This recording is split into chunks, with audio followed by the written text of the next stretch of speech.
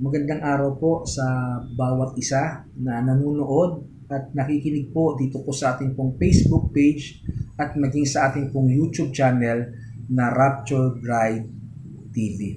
Ito pong muli ang inyong pong lingkod, Pastor Jomer Bileta, at tatalakayin po natin yung isa pong pag-aaral patungkol po sa panahon ni Noah.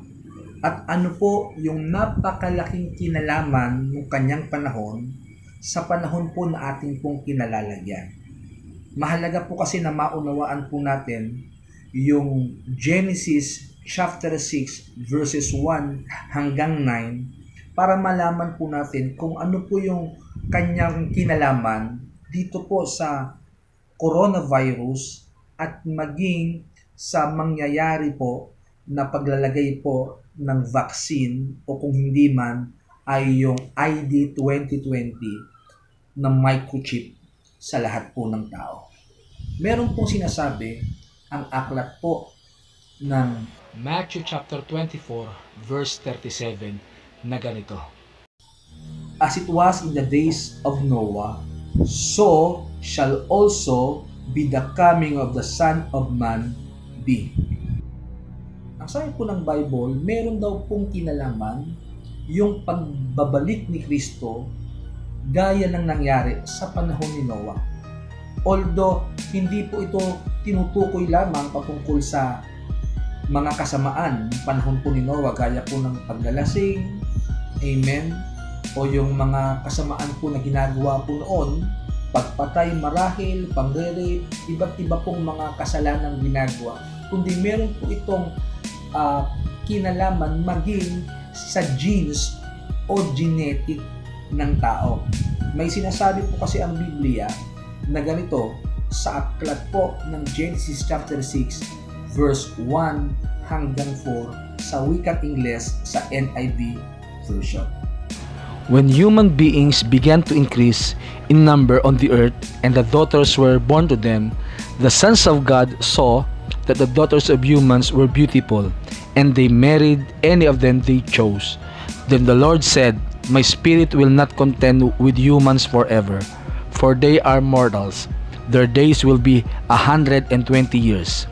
The Nephilim were on the earth in those days and also afterward, when the sons of God went to the daughters of humans and had children by them. They were the heroes of old, men of renown. Dito po, mapapansin po natin na nagkaroon po ng intermarriage between the sons of God and the daughters of men. Now, sino-sino po ba ito pong sons of God na sinasabi ng Biblia? Sa wikang Hebreo, yung salita pong sons of God ay Beneha Elohim, na ang ibig sabihin, ito po'y direct creation ng Diyos. For example, si Adan at maging ang mga anghel. Pero kadalasan, ito po ay tumutukoy sa mga anghel. Gaya po ng sinasabi sa aklat ng Job chapter 1 verse 6. Ang sabi po'y ganito. Now, there was a day when the sons of God came to present themselves before the Lord, and Satan came also among them. Meron din pong sinasabi sa aklat po ng Job chapter 38 verse 7 na ganito. When the morning stars sang together and all the sons of God shouted for joy. Dito po, mapapansin po natin na yung sons of God o sa original pong translation ay Beneha Elohim, ang tinutukoy po ay ang mga anghel. Ito rin po ay makikita natin sa aklat po ng Jude 6 and 7. Ang sabi po ng Bible ay ganito. And the angels which kept not their first estate but left their own habitation, he hath reserved in everlasting chains under darkness unto the judgment of the great day. So yung mga anghel o yung sons of God, sila po yung mga nagkatawang tao. At sila po yung nakipag-intermarriage sa mga anak pong babae ng tao. Now, gagamit din po tayo ng other reference book gaya po ng Book of Enoch. Bagamat hindi po siya kasama sa canonization doon po sa original na Book of the Bible, pero pwede natin magamit bilang reference sapagkat ito din po yung ginamit ni Jude nung kanya pong sabihin, yung Jude 14 to 15. Ito po ang sabi, "And Enoch also, the seventh from Adam, prophesied of this, saying, Behold, the Lord cometh with 10,000s of his saints, to execute judgment upon all, and to convince all that are ungodly among them of all their ungodly deeds which they have ungodly committed, and of all their hard speeches which ungodly sinners have spoken against him." Now, sinasabi po ng Book of Enoch, chapter 7, verse 7, na meron daw pong 200 mga anghel ang nagsama-sama at nagkaroon po ng sumpa sa isa't isa na sila po ay mag-aasawa ng mga tao. Kaya po ang ginawa po nila, kinontaminate po nila hindi lamang po yung tao, kundi yung lahat po ng meron sa daigdig. Sila rin po ay nakipagsiping maging sa mga hayop at maging sa mga halaman. At ito po, yung mga ito, ang tinatawag na Nephilim. Ito po ang sinasabi ng Book of Enoch chapter 7 at maging chapter 8. It happened after the sons of men had multiplied in those days that daughters were born to them, elegant and beautiful. And when the angels, the Son of Heaven, beheld them, they became enamored of them, saying to each other, Come, let us select for ourselves wives from the progeny of men, and let us beget children. Then their leader, Samyasa, said to them, I fear that you may perhaps be indisposed to the performance of this enterprise, and that I alone shall suffer for so grievous crime. But they answered him and said, We'll all swear and bind ourselves by mutual execrations, that we will not change our intention but execute our projected undertaking. Then they swore all together, and all bound themselves by mutual execration. Their whole number was 200, who descended upon Ardis, which is the top of Mount Armon. The mountain therefore was called Armon, because they had sworn upon it and bound themselves by mutual execration.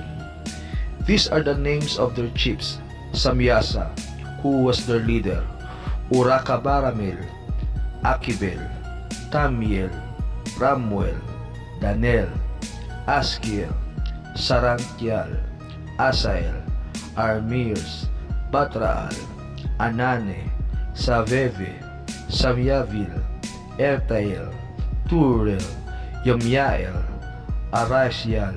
These were the prefects of the 200 angels, and the remainder were all with them.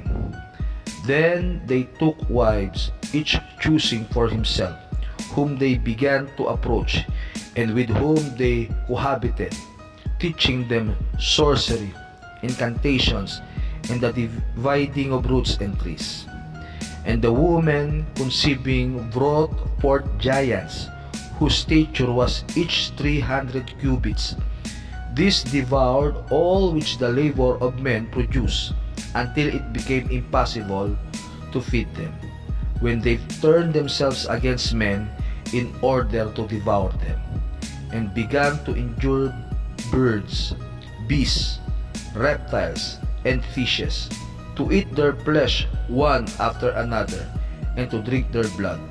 Then the earth reproved the unrighteous. Moreover, Azazel taught men to make swords, knives, shields, breastplate, the fabrication of mirrors, and the workmanship of bracelet and ornaments, the use of paint, the beautifying of the eyebrows, the use of stones of every valuable and select kind, and all sorts of dyes, so that the world became altered. Impiety increased, fornication multiplied, and they transgressed and corrupted all their ways. Amazarach taught all the sorcerers and dividers of roots. Armirs taught the solution of sorcery. Barkayal taught the observers of the stars. Akibil taught science. Tamiel taught astronomy. And Asaradel taught the motion of the moon. And men, being destroyed, cried out, and their voice reached to heaven. Dito po natin makikita na tinuruan ng mga fallen angel ang mga tao ng iba't ibang uri ng kasamaan, gaya ng mga pangkukulam, astrology, o yung pagbabasa ng buwan at mga bituin, gaya ng mga ginawa ng mga Mayans, Aztec, at iba pang mga katutubo sa buong mundo. Sila rin na nagturo ng cosmetic sa tao at dinefile nila ang buong mundo. Bakit po nila ginawa ito? Ang reason po nila is para mapigilan ang pagdating ng ipinangakong tagapagligtas ng Diyos nung kanyang banggitin sa Genesis chapter 3 verse 15. Ito po ang sabi. And I will put enmity between thee and the woman, and between thy seed and her seed, and it shall bruise thy head, and thou shalt bruise his heel. So ito po yung pinangako ng Panginoon na meron daw pong tagapagligtas na siyang dudurog at yuyurak sa ulo ng kaaway. Dito po, magkakaroon po ng tinatawag na seed war.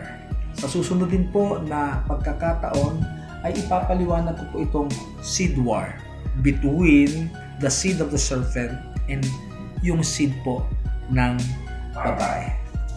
Now, dako naman po tayo doon po sa sinasabi ng Bible na the daughters of men. Sa wikang Hebreo, ang ibig pong sabihin po ng daughters of men ay Benot Adam o mga anak ni Adan. Ito po ay tumutukoy in general doon po sa mga babae nung panahon ni Noah at hindi po tumutukoy sa isa pong particular na mga grupo gaya po ng paniniwala ng marami na yung sons of God daw ay mga anak ni Seth at yung daughters of men naman daw ay mga anak ni Cain na kung saan sila po ay nag-intermarriage. Mali po. Dahil titignan po natin, gaya ng paliwanag ko, sons of God, Beneha Elohim or direct creation of God, daughters of men, Benot Adam, na kung saan ito po yung mga anak na babae ni Adan. Now, kung bakit ko po nasabi ito, kasi po, sa po ng aklat po ng Genesis chapter 6 verse 4, nagkaroon po sila ng mga anak na Nephilim o kadalasan tinatawag ng marami na giants o higante. Kung ito po yung mga anak ni Seth at mga anak ni Cain lamang, imposible po na magkaroon sila ng mga anak na Nephilim. At dito po tayo ngayon papasok. Sino-sino po ba ang mga Nephilim na ito? At ano po ang kanilang kinalaman maging sa ating pong panahon? Gaya po ng sinabi ko po kanina, nais po ng mga anghel, actually even ni Satan, na pigilan yung pagdating ng Savior na ipinangako sa Genesis chapter 3 verse 15. Kaya ang ginawa nila, i-contaminate po nila ang lahat po ng tao sa buong mundo. Yung salita pong Nephilim ay kinuha po sa root word na Nephal, na ang ibig pong sabihin ay to fall, be cast down, to fall away, and desert. Now, yung Nephilim po, ang ibig sabihin niyan ay the fallen ones. Sila po yung mga anak ng mga sons of God at daughters of men.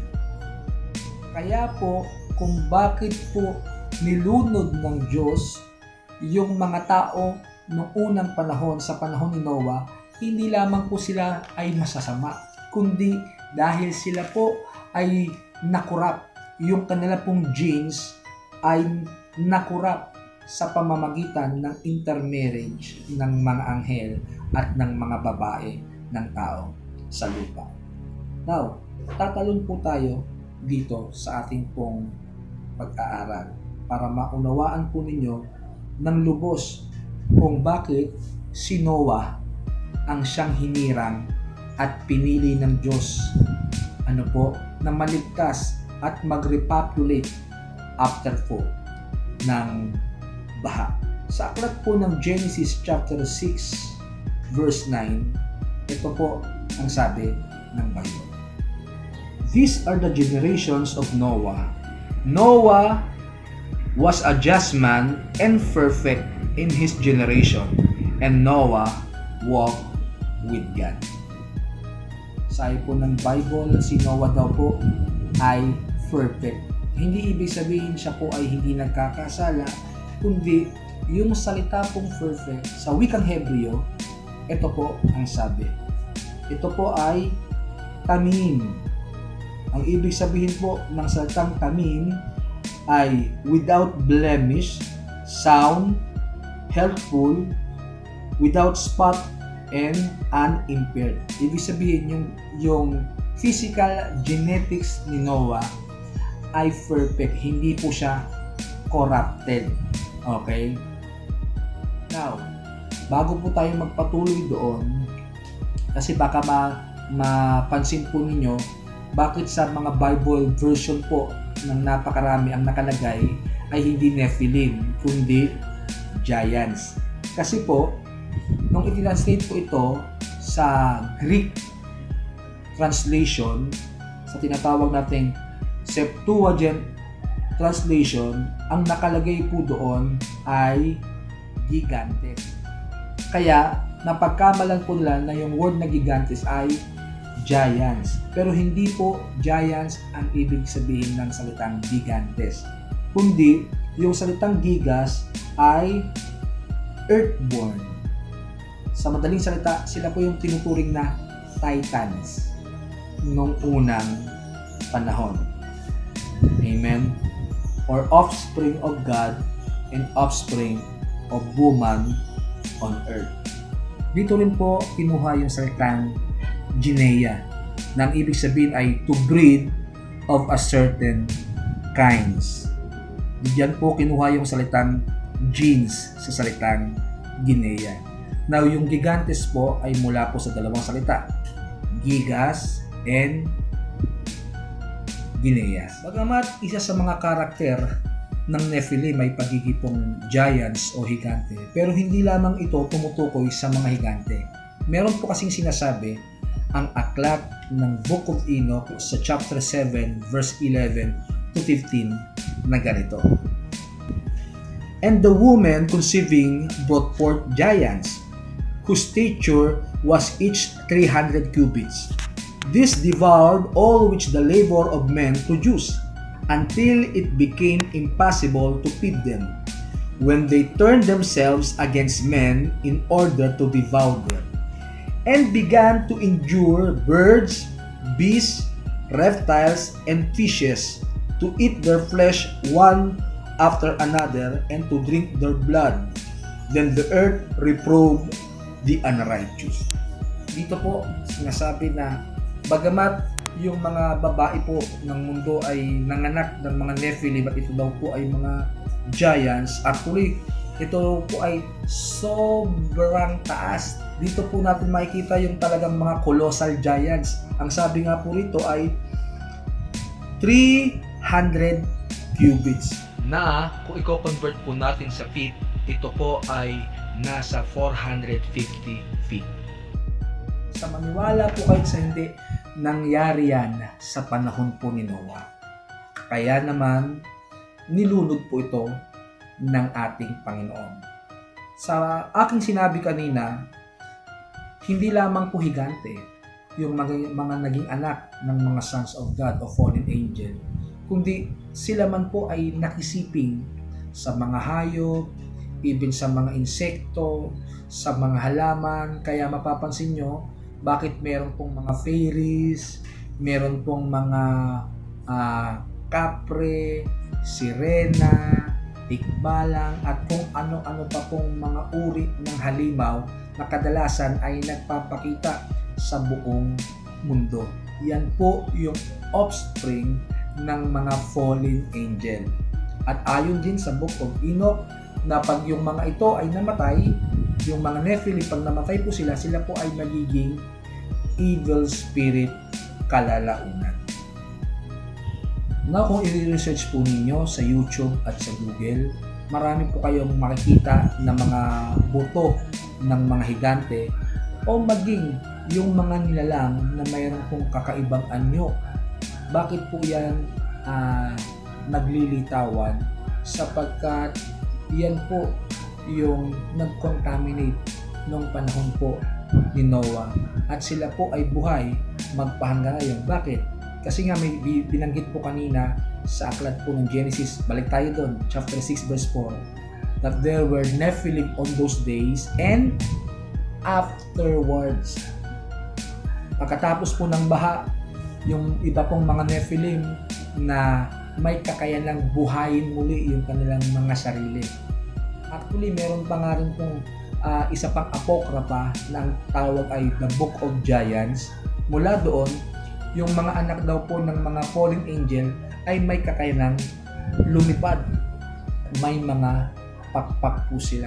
At yung iba po ay may kakayanang ding sumisid sa pinakamalalim na karagatan. So, iyan po yung mga anak ng mga fallen angel noon. Ano po ang kinalaman ngayon yan sa ating panahon? Yan po ang ginagawa ng kaaway. Kung bakit po kami nagbibigay ng babala na huwag tatanggapin yung mga microchip na itatatak sa mga tao o kung hindi man ay vaccine. Dahil babaguhin po ito yung DNA structures ng tao to the point na hindi na po kayo magiging tao pa. Kung papansinin niyo, bakit po gano'n na lamang kahigpit ang Diyos nang sinabi niya at binabalaan po niya tayo na huwag natin tatanggapin ang mark of the beast. Ang reason po kasi, hindi dahil sa hindi tayo mahal ng Lord kasi tatak lang naman yan eh. Pero bakit po hindi na maliligtas yung mga may tatak? Kasi po, ang redeemable lamang po ng dugo ni Kristo ay yung tao. Yung dugo ni Kristo ay hindi po para sa mga Nephilim, hindi po para sa mga anghel, hindi po para sa mga demonyo, hindi po para kay Satan. Ito po ay para lang sa kaligtasan ng tao. Kaya po mahigpit na pinagbibigay babala at tagubilin ng Biblia na huwag tatanggapin ang mark of the beast o yung 666 microchip vaccine dahil babaguhin yung DNA mo to the point na hindi ka na kayang iligtas pa ng Diyos because hindi ka na tao. Sa susunod po, pag-aaralan po natin yung patungkol po sa hybridization na ginagawa po sa buong mundo. Pag-aaralan po natin yung about sa transhumanism. Yung ito po yung bagong pamamaraan ng kaaway kung paano po i-alter ang DNA ng tao. So maraming salamat po sa inyo pong pagsubaybay. Purihin po ang Panginoon. Pagpalain po tayong lahat ng ating Diyos. God bless po.